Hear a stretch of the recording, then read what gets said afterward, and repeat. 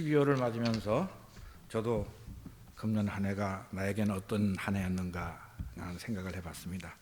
여러분은 어떠십니까? 금년 한 해를 하나님 앞에서 부끄럽지 않게 믿음으로 잘 사셨다고 생각하십니까? 아니면 아직도 하나님 앞에 죄송하고 내가 아직도 멀었구나 그런 생각을 하셨습니까? 아마 대부분의 분들이 하나님 앞에 좀 죄송한 느낌을 가졌을 것 같습니다. 저도 그렇습니다. 늘 항상 주님 말씀을 따라서 순종하면서 복음을 위해 산다고 늘 다짐하면서도 지나고 보면은 또 뭔가 하나님 앞에 죄송스러운 게 있고 게을렀던 점이 있고 부족한 점이 있었던 것 같습니다. 우리가 다 예수님을 구주로 믿고 나 개인의 주님으로 섬기면서도 주님을 더 사랑한 게보다는 내 욕심을 더 사랑하고 나를 위해 살은 적이 얼마나 많은가 한번 돌이켜봤으면 좋겠습니다. 근데 왜 그럴까요?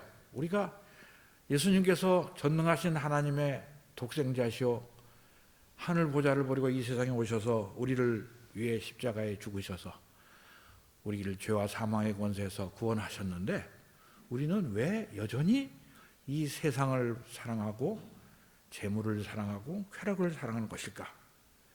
사도 바울은 고린도후서 4장 1절부터 6절 본 말씀에서 그 4장 4절에서 이렇게 말합니다. 이 세상의 신이 믿지 아니하는 자들의 마음을 혼미하게 하여 그리스도의 영광의 복음의 광채가 비치지 못하게 하기 때문이다.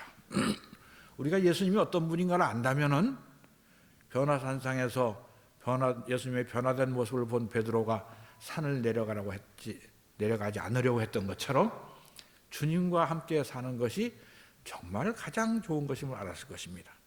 그런데 이 세상의 신, 사탄, 우리 안에 있는 죄의 정욕이 예수님의 그 영광의 복음의 광채보다는 이 세상에 있는 것, 내 육신, 내 욕심을 더 바라보게 만들기 때문에 그렇습니다. 그러나 고린도서 4장 6절에서 바울은 이렇게 말합니다. 하나님께서 예수 그리스도의 얼굴에 있는 하나님의 영광을 아는 빛을 우리 마음에 비추셨다. 그래서 우리가 하나님의 영광을 바라보게 되었고 예수 그리스도를 통해서만 구원받는다는 사실과 예수님이 우리의 유일한 구세주라는 사실을 믿게 된 것입니다. 그리고 이어서 바울은 오늘 우리가 읽은 본문 7절에서 이렇게 말합니다.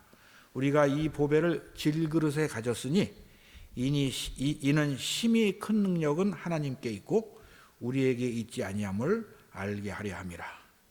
이 보배가 무엇을 말하는 것이죠? 예수 그리스도의 얼굴에 있는 하나님의 영광을 아는 빛입니다. 하나님의 영광을 아는 지식보다 더 귀중한 보배는 이 세상에 없습니다. 하나님께서 우리에게 그리스도를 알고 그리스도를 통해서 하나님의 영광을 볼 수 있는 기회를 주신 것입니다. 우리는 하나님께서 영광의 하나님이신 줄 믿습니다. 시편 기자는 하늘이 하나님의 영광을 선포하고 궁창이 그의 손으로 하신 일을 나타내도다 하고 노래를 했습니다. 하나님께서 천지를 지으신 것은 물론이거니와 우리를 지으신 목적도 하나님의 영광을 나타내기 위함입니다. 이사야서 43장 7절에서 하나님께서 이렇게 말씀하십니다. 내 이름으로 불려지는 모든 자, 곧 내가 내 영광을 위하여 창조한 자를 오게 하라. 그를 내가 지었고 그를 내가 만들었느니라. 우리는 하나님의 영광을 드러내기 위해서 창조된 가장 귀중한 피조물인 것입니다. 그런데 오늘 말씀에서 하나님께서는 이 하나님의 영광을 아는 빛을 질그릇에 두셨다 그럽니다. 우리가 질그릇 같은 우리 몸의 그 영광을 아는 지식을 얻었다고 말합니다. 질그릇은 무슨 그릇인가요? 여러분 대개 금그릇 가진 분이 계실지 모르겠습니다만은 은그릇 정도는 좀 많이 있지 않을까. 금그릇이나 은그릇이나 아주 고려 청자 그릇에 비하면 질그릇은 아주 흔하고 값싸고 또 쉽게 깨지는 약한 그릇입니다. 볼품도 없습니다. 보잘것이 없습니다. 근데 하나님께서 왜 우리를 금이나 은으로 만드셨으면 좋았을 텐데 흙으로 만드셔서 질그릇을 만드셨을까? 혹시 여러분 세상 살면서 이런 기도 안 해보셨어요? 하나님, 왜 저를 이렇게 시원찮게 만드셨습니까? 저한테 재물과 권력과 또 지혜를 조금만 더 잘 주시면 제가 하나님을 더 잘 섬길 텐데. 그런 생각 해보신 적 있으시죠? 그러나 우리는 하나님께서 하신 일은 항상 옳고 항상 선하고 항상 거룩하다는 사실을 잊어서는 안 됩니다. 하나님께서는 가장 좋은 방법으로 우리를 만드셨어요. 그래서 그런 질문을 하거나 하나님이 하시는 일에 불평을 하는 사람들에게 하나님께서 이렇게 말씀하셨어요. 여러분, 우리 이사야서 45장 말씀 한번 같이 보겠습니다. 이사야서 45장 9절에서 11절까지 해서 이렇게 말씀하십니다. 이사야서 45장 9절에서 11절. 질그릇 조각 중 한 조각 같은 자가 자기를 지으신 이와 더불어 다툴진대 화 있을진저. 지늘기 토기장에게 너는 무엇을 만드느냐? 또는 내가 만든 것이 그는 손이 없다 말할 수 있겠느냐? 아버지에게 무엇을 낳았소 하고 묻고 어머니에게는 무엇을 낳으려고 해산의 수고를 하였소 하고 묻는 자는 화 있을진저. 이스라엘의 거룩하신 이 곧 이스라엘을 지으신 여호와께서 이같이 이르시되 너희가 장래 일을 내게 물으며 또 내 아들들과 내 손으로 한 일에 관하여 내게 명령하려느냐? 하나님이 하신 일에 대해서 의문을 가지거나 원망을 하거나 이의를 제기하면 안 됩니다. 근데 사실 그런 사람들은 늘 있었던 것 같습니다. 초대교회 때도 로마 교회 안에도 그런 사람이 있었던 것 같습니다. 그래서 로마서 9장을 보면은 바울이 로마 교회 사람들을 이렇게 책망합니다. 로마서 9장 20절에서 24절 말씀입니다. 이 사람아, 내가 누구이기에 감히 하나님께 반문하느냐? 지음을 받은 물건이 지은 자에게 어찌 나를 이같이 만들었느냐 말하겠느냐? 토기장이가 진흙 한 덩어리로 하나는 귀 쓸 그릇을 하나는 천이 쓸 그릇을 만들 고난이 없느냐? 만일 하나님이 그의 진노를 보이시고 그의 능력을 알게 하고자 하사 멸하기로 준비된 진노의 그릇을 오래 참으심으로 관용하시고 또한 영광 받기로 예비하신 바 긍휼의 그릇에 대하여 그 영광의 풍성함을 알게 하고자 하셨을지라도 무슨 말을 하리요? 이 그릇은 우리니 곧 유대인 중에서뿐 아니라 이방인 중에서도 부르신 자니라. 하나님께서 하신 일은 항상 옳습니다. 토기장이가 질그릇을 만들기도 하고 깨기도 하는 것처럼 하나님께서는 당신의 선하신 뜻과 사랑과 계획에 따라서 천지 만물을 지으셨고 우주 만물을 지금도 운행하시고 우리 모든 사람들의 생사화복을 주장하고 계십니다. 그러므로 내가 원하지 않는 일이 나에게 닥쳤다 할지라도 하나님의 전능하심과 거룩하심을 의심하면 안 됩니다. 하나님께서 질그릇 같은 우리에게 예수 그리스도의 얼굴에 있는 하나님의 영광을 아는 빛을 비춰주신 것은 우리가 귀하고 의롭고 선해서가 아닙니다. 질그릇처럼 보잘것없지만은 깨어지기도 쉽고 주의 일을 할 능력도 없고 지혜도 없지만은 그것은 우리가 훌륭해서가 아니라 복음의 능력이 우리 아닌 하나님에게 있다는 것을 알려주시기 위함이라고 말씀하고 있는 것입니다. 그래서 질그릇 같은 우리가 주님의 일을 복음을 전하는 일을 하면은 늘 잘할 수가 없습니다. 고난을 당하게 되어 있습니다. 바울은 오늘 본문에서 그럽니다. 우겨싸움을 당하기도 하고 답답한 일을 당하기도 하고 핍박도 받고 거꾸로 뜨림도 당한다 말합니다. 주님의 일을 해보신 분들은 알겠습니다만은 이 세상에 살면서 예수님의 말씀대로 정직하게 사는 게 참 힘듭니다. 세상 사람들이 가만두지 않습니다. 복음을 전하면은 사람들이 그 복음을 듣고 감사하고 믿어야 될 텐데 오히려 복음 전하는 사람들을 조롱하고 미워하고 돌을 던지기도 합니다. 그러나 우리가 걱정할 필요가 없습니다. 사방으로 우겨싸움을 당해도 우리는 쌓이지 않습니다. 답답한 일을 당해도 낙심하지 않습니다. 박해를 받아도 버림받지 않고 거꾸로 뜨림을 당해도 망하지 않습니다. 왜 그렇습니까? 하나님께서 우리를 보호하시기 때문에 그렇습니다. 이 악한 세대에서 우리가 복음을 전하면은 당연히 세상이 미워한다고 주님이 말씀하셨습니다. 그런데 하나님은 왜 우리에게 이런 고난을 허락하실까? 고린도후서 1장에서 바울은 그 이유를 이미 설명한 적이 있습니다. 우리 고린도후서 1장 8절에서 10절 말씀을 같이 보겠습니다. 바울은 고린도후서 1장 8절에서 10절까지 해서 이렇게 말합니다. 형제들아, 우리가 아시아에서 당한 환난을 너희가 모르기를 원하지 아니하노니 힘에 겹도록 심한 고생을 당하여 살 소망까지 끊어지고 우리는 우리 자신이 사형 선고를 받은 줄 알았으니 이는 우리로 자기를 의지하지 말고 오직 죽은 자를 다시 살리시는 하나님만 의지하게 하심이라. 그가 이같이 큰 사망에서 우리를 건지셨고 또 건지실 것이며 이후에도 건지시기를 그에게 바라노라. 저도 중국에서 선교하면서 얼마나 힘들든지 죽으면 얼마나 편할까 그런 생각을 여러 번 했습니다. 그러나 낙심할 필요가 없습니다. 다윗이 이렇게 노래하지 않았습니까? 내가 사망의 음침한 골짜기를 다닐지라도 해를 두려워하지 않을 것은 주께서 나와 함께 하심이라. 주의 지팡이와 막대기가 나를 안위하시나이다. 우리가 고통을 당할 때마다 하나님께서 우리와 함께 하시며 우리를 위로하시고 우리를 구원하십니다. 왜 그렇습니까? 그 증거가 무엇이냐면은 예수님께서 우리를 위하여 십자가에서 죽으셨다는 사실입니다. 그래서 본문 10절 말씀에 고린도후서 4장 10절 말씀에 바울은 이렇게 말합니다.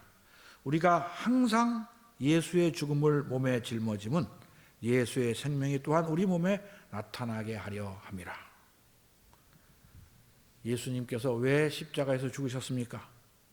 우리가 죽어야 하는데 우리가 받아야 할 형벌을 주님이 대신 받으셨기 때문에 죽으셨습니다. 그래서 우리도 주님과 함께 죽었다가 주님의 부활과 연합하여 새 생명을 받은 사람으로 다시 태어났다고 말합니다. 그 말씀이 11절 말씀입니다.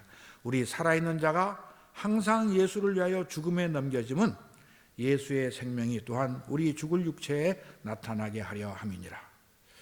이 말씀만 들으면 좀 무슨 말인지 어려운데 우리가 로마서 6장 3절부터 5절까지의 말씀을 보면 이해하기가 쉽습니다. 바울은 이 말씀을 이렇게 해석해 줍니다. 로마서 6장 3절에서 5절 말씀입니다. 무릇 그리스도 예수와 합하여 세례를 받은 우리는 그의 죽으심과 합하여 세례를 받은 줄을 알지 못하느냐?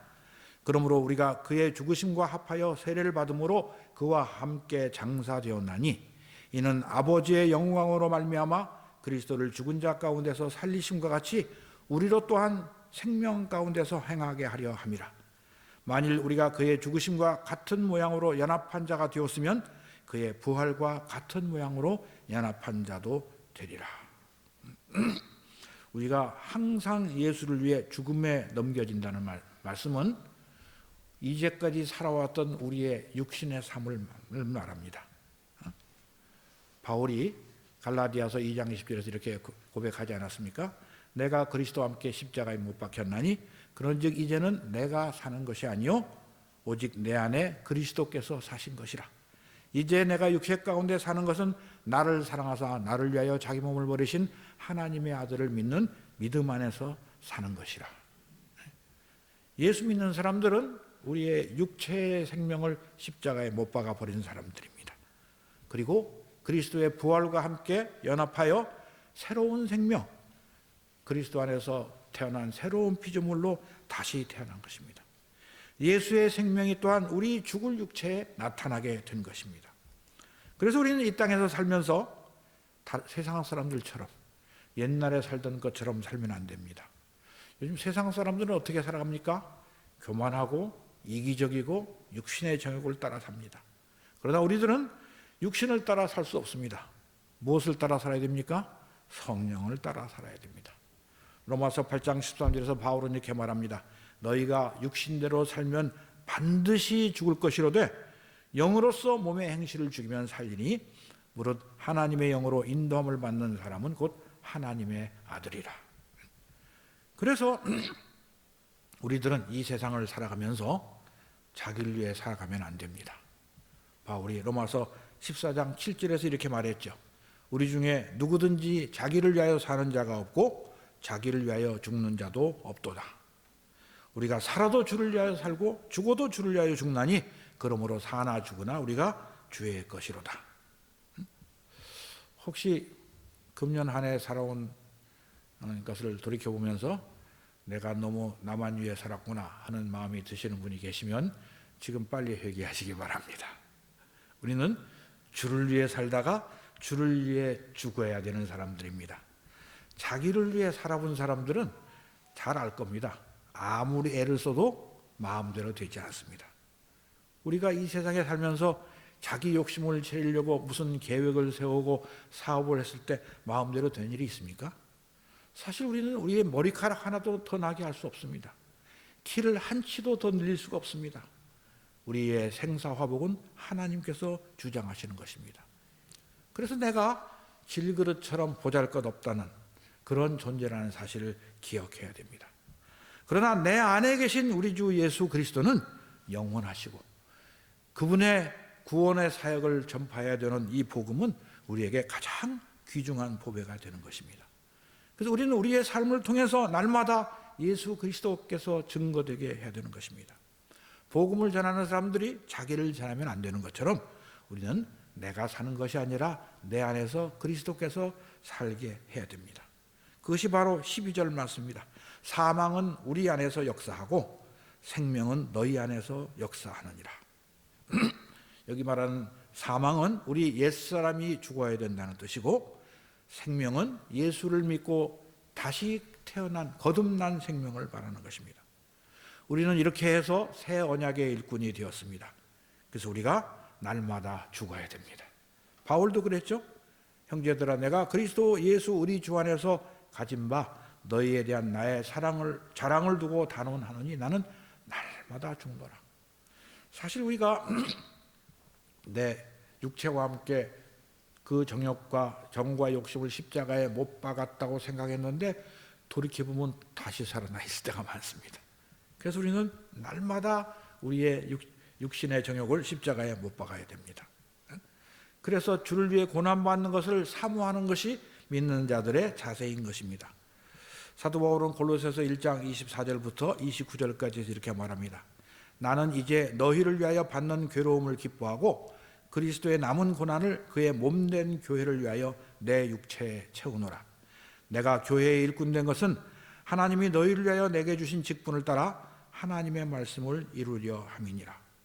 이 비밀은 만세와 만대로부터 감추어졌던 것인데 이제는 그의 성도들에게 나타났고 하나님이 그들로 하여금 이 비밀의 영광이 이방인 가운데 얼마나 풍성한지를 알게 하려 하심이라. 이 비밀은 너희 안에 계신 그리스도니 곧 영광의 소망이니라. 우리가 그를 전파하여 각 사람을 권하고 모든 지혜로 각 사람을 가르침은 각 사람을 그리스도 안에서 완전한 자로 세우려 함이니 이를 위하여 나도 내 속에서 능력으로 역사하시는 이의 역사를 따라 힘을 다하여 수고하노라. 예수 그리스도께서 비밀입니다. 왜? 우리는 비밀이라는 것은 전에 한번 말씀드렸죠. 특정한 사람들은 알지만 대부분의 사람들은 모르는 아주 귀중한 진리를 말합니다. 세상 사람들이 이 비밀을 모르고 죽어가고 있습니다.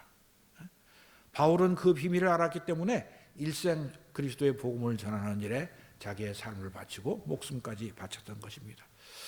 그래서 다시 한번 묻고 싶습니다. 여러분, 금년 한 해에 주님을 위해서 얼마나 수고하셨습니까? 많이 수고한 분도 계시겠지만 좀 게을렀던 분도 계실 것 같습니다. 금년 한 해 우리의 삶을 돌이켜보고 회개하고 새해에는 더욱더 주를 위해서 힘을 다하여 수고하노라 하고 말할 수 있는 사람들이 되시기를 주의 이름으로 축원합니다. 그 일을 하려면 힘이 듭니다. 미워하는 사람도 있고 사방으로 우겨쌈을 당할 때도 있고 낙심당할 때도 있습니다. 그런데 그 일을 왜 해야 됩니까? 우리가 하나님께서 주신 비밀을 맡았기 때문에 그렇습니다.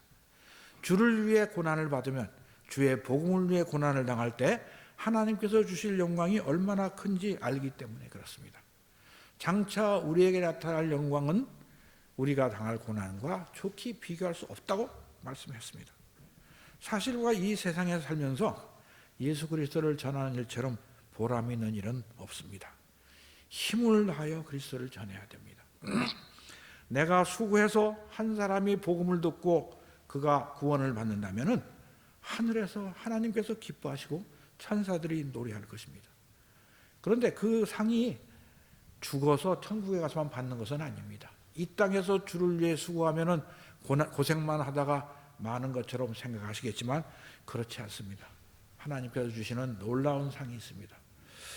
제가 2010년부터 중국에 있는 깊은 산속에 칠링 산맥이라는 깊은 산속에서 한 골짜기에 있는 중국의 나환자 병원에서 나환자도로 살았습니다.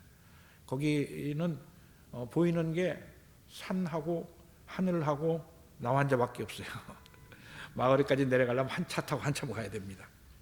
그래서 거기 살고 있는데 북경에 있는 교회 목사님이 한번 와서 저를 보더니 아이고 박사님 이런 데서 어떻게 살아요? 그러더라고요. 그래서 이런 데서 예수 믿고 살지 뭐 어떻게 살아? 그랬는데 거기서 사는데 얼마나 몸은 좀 힘들었습니다마는 마음이 기쁘고 즐거운지 몰라요. 왜? 내가 하는 일을 주님이 기뻐하신다는 확신이 있었기 때문에 그렇습니다. 그런데 한 해는 겨울에 굉장히 추운 날이었습니다. 요즘보다 더 추웠습니다. 근데 보일러가 고장이 났대요. 큰일 났습니다. 그 깊은 산 속에서 뭐 대책이 없습니다. 보일러 고장나면. 그러니까 환자들이 있는 병실만 아니라 우리가 사는 숙소도 그 보일러 하나로 공급하는데 이게 얼어 죽게 생겼어요. 그래서 보일러 만든 회사에 연락을 하니까 와서 고쳐는 주는데 한 달쯤 걸리고 그리고 중국 돈으로 수리비가 15,000원쯤 든대요. 지금 우리 돈은 한 300만 원 됩니다. 근데 중국 사람들이 한 달 걸린다면 우리가 석 달은 잡아야 됩니다. 겨울 다 지난 다음에 고친다는 얘기죠. 그래서 그 전에 얼어 죽을 것 같아요. 새거 사면 어떡할까? 그랬더니 알아보니까 새거는 금방 갖다 설치해 주는데 6만 원 든대요. 그래서 그냥 그거 사자 그랬어요. 그랬더니 우리 회계를 맡은 자매가 6만 원 지출하면 다음 달부터 먹을 쌀이 없습니다. 그러더라고요. 그래서 그러면 한 달 먹을 쌀이 있다는 얘기네. 그렇죠? 예수님이 내일 일은 내일 염려하라고 그랬으니까 사자 했더니 그래도 다 쓰면 어떡해요? 당장 다 얼어 죽게 생겼는데 뭘 어떻게 사자 했어요. 그 주문했는데 그날 오후에 어떤 분이 병원 마당을 왔다 갔다 하시는 모르는 분이에요. 그건 외지에서 사람들이 별로 안 들어오는 데니까. 그래서 어떻게 오셨어요? 그랬더니 그 김 박사님을 한번 찾아왔대요. 그래서 제가 김 박사인데요. 어디서 오셨어요? 했더니 북경에 있는 교회를 다니시는 집사님인데 그 우리 그 병원 가까운 곳에 한 180km쯤 떨어진 곳에 시안이라는 대도시가 있습니다. 거기 이제 출장 왔다가 여기 제가 있다는 소식을 듣고 왔답니다. 어떻게 들어오십시오. 차 한잔 하시고. 그랬더니 사실은 제가 헌금을 좀 하러 왔습니다. 그래요. 그래서 아이고 감사합니다. 보통 그러면 한 1,000원이나 2,000원 하고 가십니다. 그래서 어쨌든 감사합니다. 믿음으로 해주시는 거예요. 그랬더니 주섬주섬 내미는데 돈을 7만 원을 내미셨어요. 보일러 값이 6만 원인데 10,000원이 더 붙었어요. 그래서 가만히 생각하니까 석탄도 사라고 그러시는구나 생각을 하고. 그래서 제가 우리 대적 맡은 자매들 봐 하나님 우리 보고 계시잖아. 하나님께서는요 제가 선교사하면서 늘 느낀 게 있었어요. 하나님께서는 제가 달라는 대로 안 주십니다. 근데 제가 필요한 건 꼭 주시더라고요. 그래서 안 주시는 거는 없어도 되는 거예요. 살아보니까 그래요. 그래서 제가 하나님의 일을 하면은 하나님께서 나와 함께 동행하신다는 확신을 늘 받습니다. 바로 12절 말씀이 그 말씀입니다. 사망은 우리 안에서 역사하고 생명은 너희 안에서 역사하느니라. 예수님께서 우리를 위해 죽으셨습니다. 그리고 우리를 위해 부활하셨습니다. 우리도 예수님과 함께 옛사람이 죽었습니다. 그리고 주님의 부활과 함께 연합해 살아난 우리의 새 생명이 우리의 이웃들과 형제들과 그리고 먼 나라에 있는 모르는 사람에게까지 이 생명의 복음을 전파하게 하는 것입니다. 여러분 그냥 이 세상에서 그냥 오래오래 살고 싶으십니까? 예수님이 뭐라고 말씀하셨습니까? 내가 진실로 진실로 너에게 이르노니 한 알의 밀이 땅에 떨어져 죽지 아니하면 하늘 그대로 있고 죽으면 많은 열매를 맺느니라. 자기 생명을 사랑하는 자는 잃어버릴 것이요 이 세상에서 자기의 생명을 미워하는 자는 영생하도록 보존하리라. 예수님을 따라서 옛사람을 죽이면은 영생을 얻습니다. 그리고 이 몸도 하나님이 주신 몸인데 함부로 하면 안 되지 않습니까? 귀히 여겨야지. 맞습니다. 우리 육신도 하나님께서 당신의 형상을 따라 지으셨기 때문에 우리가 귀하게 여겨야 됩니다. 그래서 우리가 음식도 먹고 싶은 대로 먹으면 안 됩니다.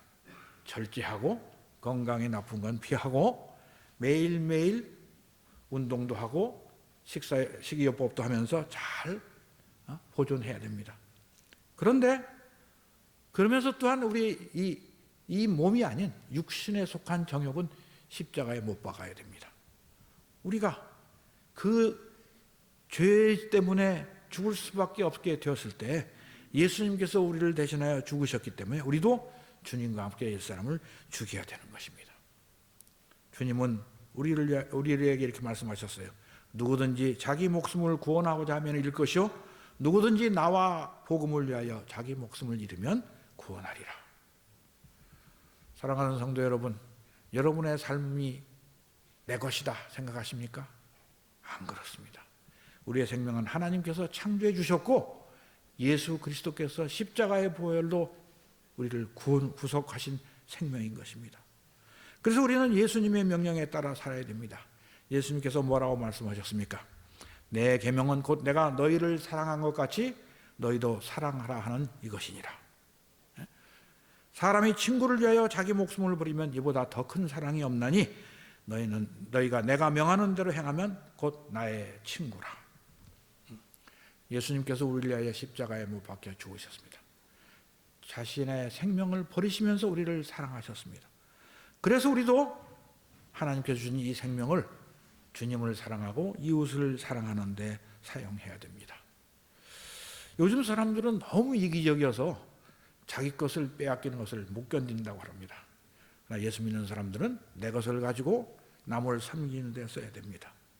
강도 만난 이웃을 보고 그냥 지나가지 않았던 선한 사마리아의 마음이 요즘 시대에 우리에게 필요합니다. 아직도 우리 주위에 그리스도를 모르고 죽어가는 사람들이 얼마나 많습니까? 지금 우리는 예수님께서 오신 크리스마스를 바라보며 기다리면서 대림절을 보내고 있습니다.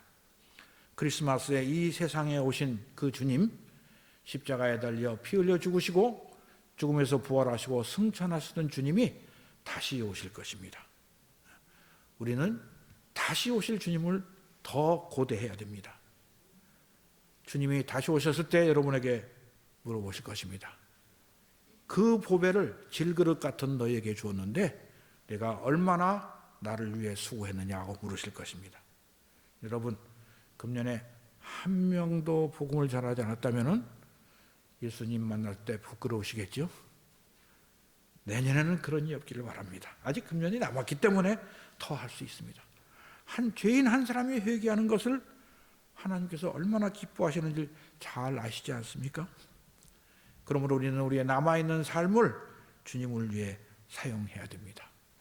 온 세상 사람들은 자기 배를 채우고 자기 욕심을 채우고 자기를 자랑하는 일만 관심을 두고 있습니다.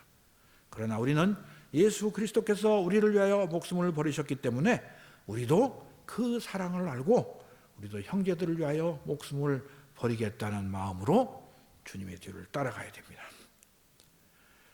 말과 혀로만 사랑하지 말고 행함과 진실함으로 사랑해야 됩니다. 하나님께서 우리에게 건강도 주시고 생명도 주시고 재물도 주시고 능력도 주셨습니다. 말할 수 있는 입과 혀도 주셨습니다. 주님이 주신 이것으로 복음을 전해서 다시 오실 예수 그리스도를 기쁨으로 맞이하시는 활빈교회 성도들 되시기를 주의 이름으로 축원합니다. 기도하겠습니다. 하나님 아버지, 죽어 마땅한 죄인들을 위해서 하나님의 존귀하신 독생자 예수 그리스도께서 이 땅에 오셔서 우리를 대신하여 죽으시고 우리를 구속하여 주시고 그를 믿는 믿음으로 말미암아 의롭다함을 얻게 하셔서 하나님의 자녀가 되는 권세를 주셔서 감사합니다.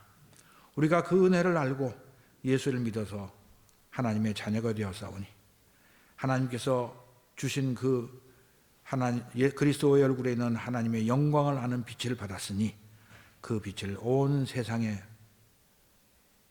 전하여 다시 오실 주님을 예비하는 우리 모두 되도록 축복하여 주시옵소서. 예수님의 이름으로 기도하옵나이다. 아멘.